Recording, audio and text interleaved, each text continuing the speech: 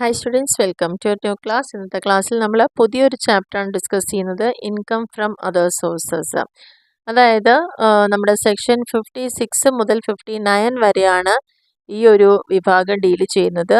എന്തെങ്കിലും ഒരു income which is not taxable under the first 4 heads of income finds a place in this head. എന്താണ് ഇതിൻ്റെ ഒരു പ്രത്യേകത? നമ്മൾ ടാക്സബിൾ ഇൻകം കമ്പ്യൂട്ട് ചെയ്യണമെങ്കിൽ 5 heads ഉണ്ടാവും എന്നാണ് പറഞ്ഞത്. അതിൽ 4 ഹെഡുകൾ നമ്മളിപ്പോൾ പഠിച്ചു കഴിഞ്ഞു. Income from salary, house property, അതുപോലെ business or profession, capital gain. അപ്പോൾ ഈ 4ലും ഉൾപ്പെടാത്ത ഇൻകം ഉണ്ടെങ്കിൽ അത് സ്ഥാനം പിടിക്കുന്ന എവിടെയാണ്? ഈ ഒരു ഹെഡിങ്ങിൻ്റെ താഴെയാണ്, ഇൻകം ഫ്രം അതർ സോഴ്സ്. അപ്പം 4 തരത്തിലുള്ള ഇൻകവും കഴിഞ്ഞ് അതിൽ ഉൾപ്പെടേണ്ട കാര്യങ്ങളൊക്കെ ഉൾപ്പെടുത്തി അതല്ലാത്ത വല്ലതും ഉണ്ടെങ്കിൽ തീർച്ചയായിട്ടും അടുത്ത ഒരു ഹെഡാണ് ഇൻകം ഫ്രം അതർ സോഴ്സ് എന്ന് പറയുന്നത്. അങ്ങനെയാണെങ്കിൽ ഇതിൽ എന്തൊക്കെ കാര്യങ്ങൾ ഉൾപ്പെടുത്താം നമുക്ക്? ബാങ്കിൽ നിന്ന് കിട്ടുന്ന ഇൻട്രസ്റ്റ്, കമ്പനികളിൽ നിന്ന് കിട്ടുന്ന ഡിവിഡൻറ്റുകൾ, അതുപോലെ തന്നെ gift from non relatives, winning from lottery, income from letting on hired asset, royalty കിട്ടുമ്പോൾ ഡയറക്ടറുടെ ഫീസ്, ഓണറേറിയം കൊടുക്കുക, ഇൻട്രസ്റ്റ് ഫ്രം കിട്ടുക, ഓണറേറിയം കിട്ടുക, ഇൻട്രസ്റ്റ് ഫ്രം UPF. നമ്മൾ സ്റ്റാറ്റ്യൂട്ടറി പ്രൊവിഡൻറ്റ് ഫണ്ടൊക്കെ ഇൻകം ഫ്രം സാലറിയിലാണ് ഡീറ്റെയിൽ ആയി നോക്കിയത്.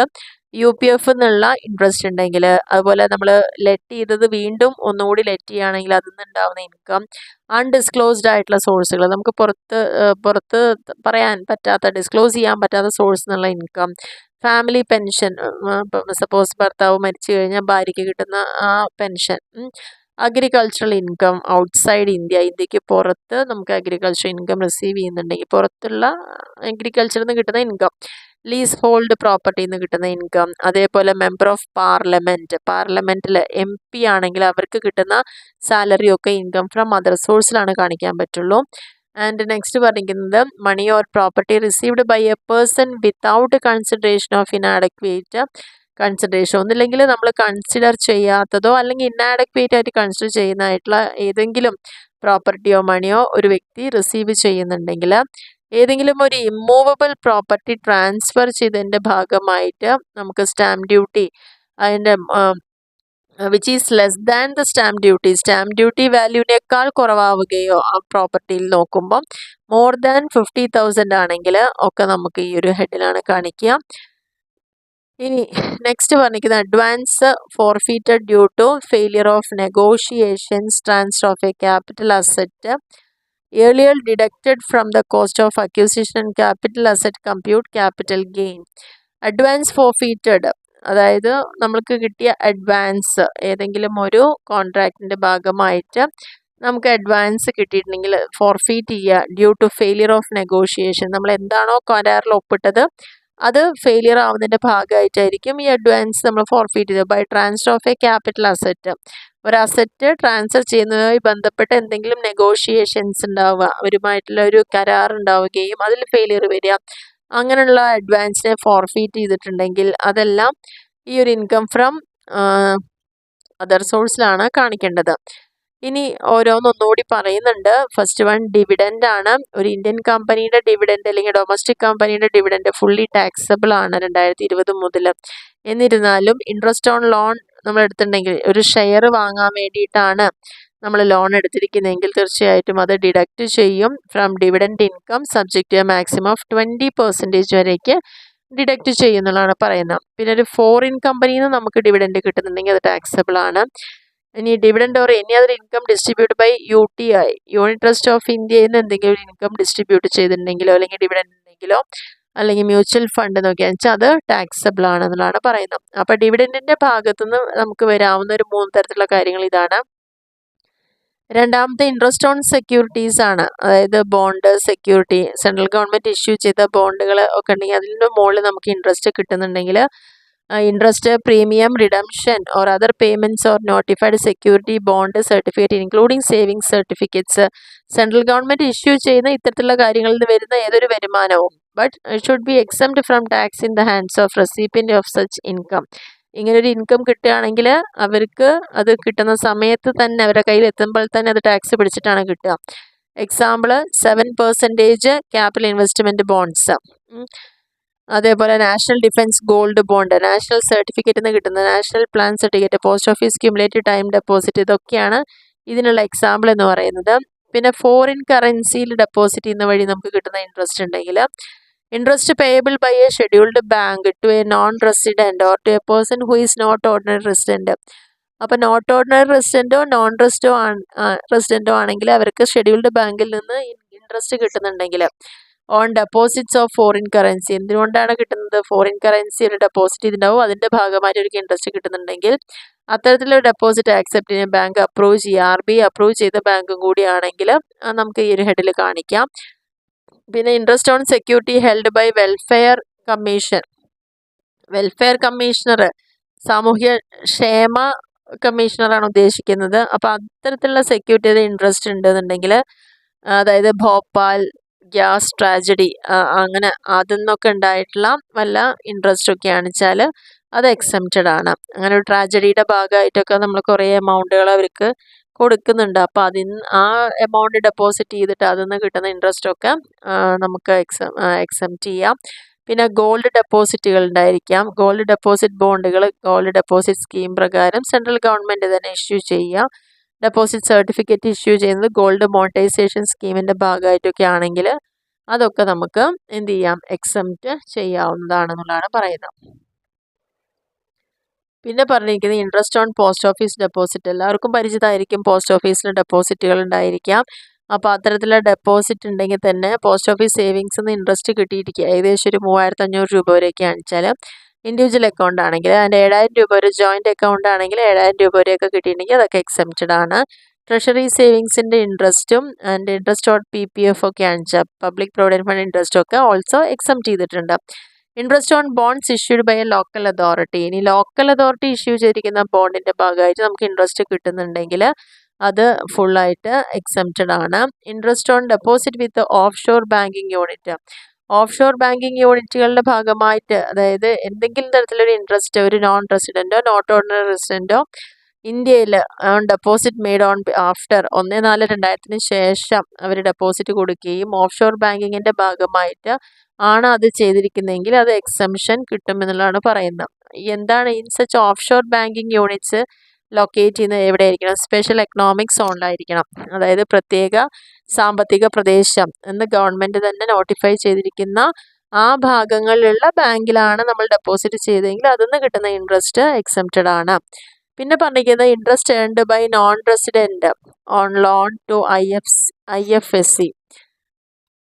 അതിൽ പ്രധാനമായിട്ടും IFSC പറയുമ്പോൾ ഇൻ്റർനാഷണൽ ഫിനാൻഷ്യൽ സർവീസ് സെൻ്റർ ആണ്. അവിടുന്ന് മണി ബോറോ ചെയ്തിട്ടുണ്ടെങ്കിൽ 1/9/2019 അതിന് ശേഷമോ ബോറോ ചെയ്തിട്ടുണ്ടെങ്കിൽ അതിൽ നിന്നുണ്ടാവുന്ന ഇൻട്രസ്റ്റ്, ടാക്സ് റിലീഫ് ബോണ്ടുകൾ, interest on notified bond public sector കമ്പനീസിൻ്റെ, പിന്നെ ടാക്സ് ഫ്രീ ആയിട്ടുള്ള ഓൾറെഡി നോൺ ഗവൺമെൻറ് സെക്യൂരിറ്റീസും ഉണ്ട്. അപ്പോൾ ഈ ഒരു സെക്യൂരിറ്റി ഇഷ്യൂ ചെയ്യുന്നത് ആരായിരിക്കും? Non government security local authorities ആയിരിക്കും, തദ്ദേശ സ്വയംഭരണ സ്ഥാപനങ്ങൾ അല്ലെങ്കിൽ statutory corporations, companies, bond, debenture ഒക്കെയാണ് ഇഷ്യൂ ചെയ്യുന്നത്. ഈ ഒരു സെക്യൂരിറ്റിയിൽ ടാക്സ് ഡിഡക്റ്റ് ചെയ്യും എവിടുന്ന്? At source. അതുണ്ടാവുമ്പോൾ തന്നെ നമ്മൾ ടാക്സ് ഡിഡക്റ്റ് ചെയ്യും and bond by the issuing company. അത് ആരാണ് എന്നിട്ട് വഹിക്കേണ്ടത്? ഇഷ്യൂയിങ് കമ്പനി ആരാണോ അവരാണ് വഹിക്കേണ്ടത്. Here the assessee will get interest, അവിടെ അസസിക്ക് എന്ത് മാത്രമേ ഉള്ളൂ? ആ പറഞ്ഞ ഇൻട്രസ്റ്റ് എന്താണോ അത് മാത്രമാണ് കിട്ടിക്കൊണ്ടിരിക്കുക. Always gross amount of interest is included in income, അതുകൊണ്ട് തന്നെ ഈ ഒരു മൊത്തത്തിലുള്ള എമൗണ്ട് ഇൻകത്തിൽ വന്നിട്ടുണ്ടാവും. Always interest is to be grossed up, interest എപ്പോഴും എങ്ങനെ ഉണ്ടാവുക? ഗ്രോസ് അപ്പ് ചെയ്തിട്ടാണ്. ഈ ഒരു എക്സാമ്പിൾ പ്രത്യേകിച്ച് നോട്ട് ചെയ്ത് വെക്കുക. If an assessee has purchased 3,30,000, ഒരു 3,30,000 പർച്ചേസ് ചെയ്തിരിക്കുന്നത്, 10% ടാക്സ് ഫ്രീ ഡിബഞ്ചേഴ്സ് ഉണ്ട്. Amount of interest actually received ചെയ്തിരിക്കുന്നത് 33,000 ആണ്. But the amount to be included in the income of the assessee. അപ്പോൾ ഈ പറഞ്ഞിരിക്കുന്ന എമൗണ്ട് അസസിയുടെ ഇൻകത്തിൽ ഓൾറെഡി ഇൻക്ലൂഡ് ആയിട്ടുണ്ട്. അപ്പം നമുക്ക് tax deducted at source, tax generate ചെയ്യുമ്പോൾ അല്ലെങ്കിൽ എവിടെ നിന്നാണോ അത് ഉണ്ടായിരിക്കുന്ന ആ സ്പോട്ടിൽ തന്നെ അത് ഡിഡക്റ്റ് ചെയ്തിട്ടുണ്ടാവും. അങ്ങനെയാണെങ്കിൽ അത് 10% ആണെങ്കിൽ അതെങ്ങനെയാണ് കാണുക എന്നുള്ളതാണ് പറയുന്നത്. അപ്പം നമുക്കിവിടെ എത്ര രൂപയാണ് റിസീവ് ചെയ്തിരിക്കുന്ന ഇൻട്രസ്റ്റ്? 33,000 ഇൻറ്റു 100/90, കാരണം 10% അല്ലേ ടാക്സ് ഡിഡക്ഷൻ. അപ്പോൾ അത് കഴിച്ച് ബാക്കി എത്ര? 100ന്ന് 10 പോയാൽ 90. അപ്പോൾ 100/90 ചെയ്യുമ്പോൾ 36,667 ആണ് നമുക്ക് ഗ്രോസ് അപ്പ് എമൗണ്ട് എന്ന് പറയാം. അതായത് മൊത്തം എമൗണ്ടിൻ്റെ മുകളിലാണ് നമ്മൾ കൊടുക്കുക. ഇനി ലെസ് ടാക്സ്, ഇവിടെ ആദ്യത്തെ tax free non government security പറഞ്ഞു. ഇനി ടാക്സ് അത്ര തന്നെയല്ലേ, കുറച്ച് കുറഞ്ഞിട്ട് ടാക്സ് കൊടുക്കുന്ന ഗവൺമെൻറ് സെക്യൂരിറ്റീസ് ഉണ്ട്. അവിടെ ഡിഡക്റ്റഡ് അറ്റ് സോഴ്സ് ആണെങ്കിലും only balance amount is given to the assessee. അതിൽ ചെറിയൊരു ശതമാനം മാത്രം പിടിച്ച് ബാലൻസ് അസസിക്ക് കൊടുക്കും. Here if the amount of interest actually received by the assessee is given. നമുക്ക് തന്നിരിക്കുന്ന ക്വസ്റ്റ്യനിൽ ആ ഇൻട്രസ്റ്റ് റിസീവ് ചെയ്യുന്നത് ആക്ച്വലി അസസി എത്ര റിസീവ് ചെയ്യുന്നത് തന്നിട്ടുണ്ടാവും. അങ്ങനെയാണ് it is to be grossed up, അത് ഗ്രോസ് അപ്പ് ചെയ്തിട്ടായിരിക്കും. But the interest due amount invest and rate of interest receivable is given. Interest due ആയിരിക്കുകയെന്ന് മാത്രമേ തന്നിട്ടുള്ളൂ വെച്ചാൽ അതൊരിക്കലും ഗ്രോസ് അപ്പ് ചെയ്തിട്ടുണ്ടായിരിക്കില്ല. Unless otherwise stated all non government securities are less tax. എടുത്ത് പ്രത്യേകിച്ച് എന്തെങ്കിലും പറയാത്തിടത്തോളം കാലം നോൺ ഗവൺമെൻറ് ആയിട്ടുള്ള സെക്യൂരിറ്റീസ് എപ്പോഴും എന്താണ് ആർ ലെസ് ടാക്സിലായിരിക്കും വരുന്നുണ്ടാവുക. അപ്പോൾ അവിടെ അങ്ങനെയാണെങ്കിൽ എടുത്ത് പ്രത്യേകിച്ച് പറയണത് എന്താണ് ടാക്സ് ഉള്ളതാണോ ഇല്ലയോ എന്നുള്ള കാര്യങ്ങൾ കൃത്യമായി പറയാത്തിടത്തോളം കാലം നോൺ ഗവൺമെൻറ് സെക്യൂരിറ്റി ഒക്കെ എന്താ ലെസ് ടാക്സ് ആയിട്ടാണ് വരുന്നത്. No tax is deductible on debentures issued by widely held company if interest to individual resident in India does not exceed 2500. ഇന്ത്യയിലെ റെസിഡൻ്റ് ആയിരിക്കുന്ന ഒരാൾക്ക് ഡിവിഡൻ്റ് ആയിട്ട് കിട്ടുന്നത് നോ ടാക്സ് ഈസ് ഡിഡക്റ്റബിൾ, ഒരു ടാക്സും ഡിഡക്റ്റ് ചെയ്യില്ല ഡിബഞ്ചേഴ്സിൻ്റെ മുകളിൽ. അത് ഇഷ്യൂ ചെയ്തിരിക്കുന്നത് ഇതിൻ്റെ ഒരു കമ്പനി ആണെങ്കിൽ അതിൻ്റെ ഇൻട്രസ്റ്റ് ഒരു ഇൻഡിവിജ്വൽ റെസിഡൻറ്റിന് ഇന്ത്യയിലാണെങ്കിൽ ഒരിക്കലും 2500 കൂടുന്നില്ലെങ്കിൽ ഒരു ടാക്സും ഡിഡക്റ്റ് ചെയ്യില്ല എന്നാണ്. ബട്ട് ഡസ് നോട്ട് 2500 കൂടാൻ പാടില്ല. അങ്ങനെയാണെങ്കിൽ അവിടെ ഒരു ടാക്സ് ഡിഡക്ഷനും ഉണ്ടായിരിക്കില്ല എന്നുള്ളതാണ് പറയുന്നത്. അപ്പോൾ ജസ്റ്റ് നമ്മളിവിടെ ഈ ഒരു ടോപ്പിക്കിൽ നമുക്ക് എസ് എ ക്വസ്റ്റ്യനൊക്കെ ആയിട്ട് ചോദിക്കാറുണ്ട് പലപ്പോഴും, എന്തൊക്കെയാണ് ഇൻകം ഫ്രം അതർ സോഴ്സിൽ വരുന്ന ഓരോ ഐറ്റംസ് എന്തൊക്കെയാണെന്നൊക്കെ. അപ്പോൾ അതിനെക്കുറിച്ചൊക്കെ നമുക്കൊരു ഐഡിയ ഉണ്ടായിരിക്കണം. ഒരു 10-12 പോയിൻ്റെങ്കിലും നമ്മൾ പഠിച്ചു വയ്ക്കുക ഏതൊക്കെയാണ് ഇൻകം ഫ്രം അതർ സോഴ്സിൽ വരുന്ന കാര്യങ്ങൾ എന്നുള്ളത്. അപ്പോൾ ജസ്റ്റ് നമുക്ക് ഇതിൻ്റെ ഒരു തിയറി പാർട്ട് മാത്രം ഇന്ന് നോക്കാം. പ്രോബ്ലംസ്, ഇതിനെ ബേസ് ചെയ്ത് വരുന്ന പ്രോബ്ലംസ് ഒക്കെ നമുക്ക് അടുത്ത ക്ലാസ്സിൽ തന്നെ ഡിസ്കസ് ചെയ്യാം. വളരെ എളുപ്പത്തിൽ മനസ്സിലാക്കാൻ പറ്റുന്ന ഒരു പോർഷൻ കൂടിയാണത് income from other source. Income from other സോഴ്സും ക്യാപിറ്റൽ ഗെയിനും ഒക്കെ വളരെ കുറച്ച് കമ്പാരിറ്റീവ്ലി ചെറിയ ചാപ്റ്റേഴ്സാണ്. ഇൻകം ഫ്രം സാലറി ആണ് കുറച്ച് അധികം പഠിക്കാനുള്ളത്. കുറച്ച് കൺഫ്യൂഷൻ വരുന്നൊരു പോർഷൻ, കുറച്ചും കൂടി പഠിക്കാൻ ബുദ്ധിമുട്ടുള്ളൊരു പോർഷൻ ഇൻകം ഫ്രം ബിസിനസ്സാണ്. പ്രൊഫഷൻ വളരെ ഈസിയാണ്, പക്ഷേ ബിസിനസ്സിൽ ആ അഡ്മിസിബിളും ഇൻഅഡ്മിസിബിളും ആയിട്ടുള്ള ഇൻകവും എക്സ്പെൻസൊക്കെ ഒന്ന് നന്നായിട്ട് മനസ്സിലായാൽ മാത്രമാണ് ചെയ്യാൻ പറ്റുള്ളൂ. അപ്പോൾ ഇൻകം ടാക്സിൽ അതിൻ്റെ കോമൺ ആയിട്ടുള്ള കുറച്ച് കാര്യങ്ങളും ആ 5 ഹെഡ്സും അതങ്ങനെ നമ്മൾ 5ാമത്തെ ഹെഡ് വരെ ഇപ്പോൾ എത്തിയിട്ടുണ്ട്. അപ്പോൾ ഇത്രയും കാര്യങ്ങൾ വളരെ ക്ലിയർ ആയിട്ടൊന്ന് മനസ്സിലാക്കി പഠിക്കുക. ഈ ഒരു വീഡിയോ നിങ്ങൾക്ക് വളരെ ഹെൽപ്ഫുൾ ആണെന്ന് തോന്നുകയാണെങ്കിൽ തീർച്ചയായും നിങ്ങളുടെ ഫ്രണ്ട്സിലേക്ക് ഷെയർ ചെയ്ത് കൊടുക്കുക. ഈ ഒരു വീഡിയോ ഇഷ്ടപ്പെടുകയാണെങ്കിൽ തീർച്ചയായും ലൈക്ക് ചെയ്യാനും ഷെയർ ചെയ്യാനും കമൻറ്റ് ചെയ്യാനും മറക്കരുത്. ആൻഡ് സബ്സ്ക്രൈബ് ചെയ്യാത്ത ആൾക്കാർ കാണുന്നുണ്ടെങ്കിൽ തീർച്ചയായിട്ടും ഒന്ന് സബ്സ്ക്രൈബ് കൂടി ഒന്ന് ചെയ്യുക. Okay, thank